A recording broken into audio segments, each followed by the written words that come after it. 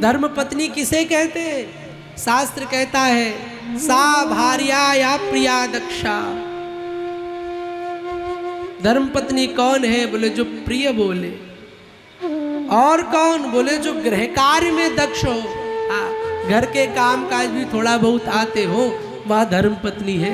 आजकल जो किसी बिटिया से पूछो बेटी सब्जी बनानी आती है, सोई कहती है ना जी ना गुरुजी सब्जी नहीं पर मैगी बढ़िया बना लेती हूँ। सा भार्या या गृहे दक्षा, सा भार्या य प्रियाम वदा, सा भार्या य पति प्राणा। जो पति के साथ चले, जो अपने पति को रघुपति से जोड़ दे, सच्ची धर्म पत्नी तो वही है। केवल विवाह हुआ और शादी होने के बाद केवल हनीमून का पैकेज लिया और इधर उधर घूमे, जीवन भर फिल्में देखी, सिनेमा देखा, वो दाम्पत्य जीवन नहीं है। दाम्पत्य जीवन तब सफल है जब विवाह के परांत दोनों पति पत्नी किसी यज्ञ में बैठे, किसी पूजन में बैठे, किसी हवन में बैठे, कोई कथा सुने, कोई भजन करे, तो वो दाम्पत्य जीवन सफल है। पर आज हमारे पास ये विचार कहाँ है? हमारा दाम्पत्य जीवन केवल खाने कमाने में गुजर रहा है। नहीं मेरे प्यारे, असली विवाह की सिद्धि तो तब है, अब तक अकेले भजन करते थे, अब दोनों मिलकर के भजन करो। असली विवाह की सिद्धि तो तब है। शंकर जी अकेले कथा नहीं सुनने गए, संग सती जग जननी भवानी, साथ में सती जी को भी लेकर के गए थे। धर्म के कार्य में पत्नी साथ रहे।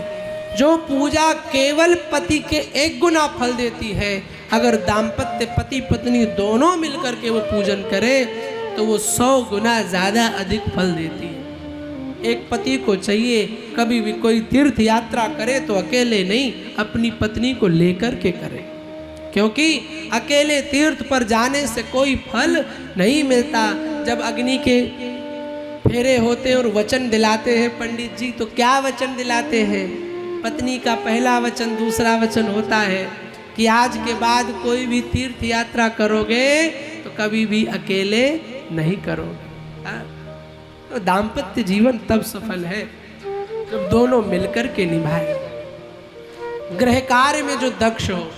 पर आजकल कहा अभी पत्नी धर्म पत्नी वो है जिसके साथ धर्म हो। अभी तो धर्म पत्नी भी नहीं बची, पत्नी भी नहीं बची, वाइफ आ गई है। हाँ वाइफ। एक संत बोल रहे थे, बोले महाराज तीनों में अंतर है। मैंने क्या? बोले धर्म पत्नी वो है जो पति आगे चले पत्नी पीछे पीछे चले।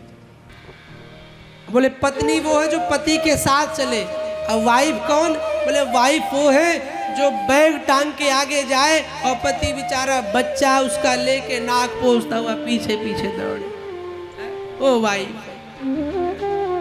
पर आप तो सीता के देश की है, आप राधा के देश की हैं, आप मीरा के देश की हैं, आपको धर्म पत्नी बनना है।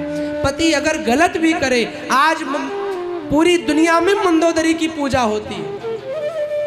सब किसी भी जगह क्या बोलो, मंदोदरी की बुराई लिखी?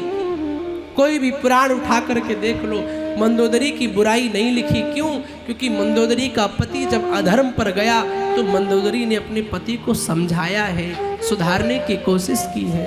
आपको अभी अगर पीने वाला पति मिला है, मांस खाने वाला मिला है, तो आप भी उसमें रमो नहीं। कई लोग देखे, कई माताएं होती नहीं खाती तो ससुराल में जाके खाने लग जाती। नहीं नहीं, आप धर्म पत्नी हो, अपने पति को सुधारो, वापस लेकर के आओ, क्योंकि आप सब कुछ कर सकती हो। जब आप अनसुईया के रूप में आई तो भगवान को भी बच्चा बना दिया। सावित्री के रूप में आई तो यमराज से भी लड़ गई।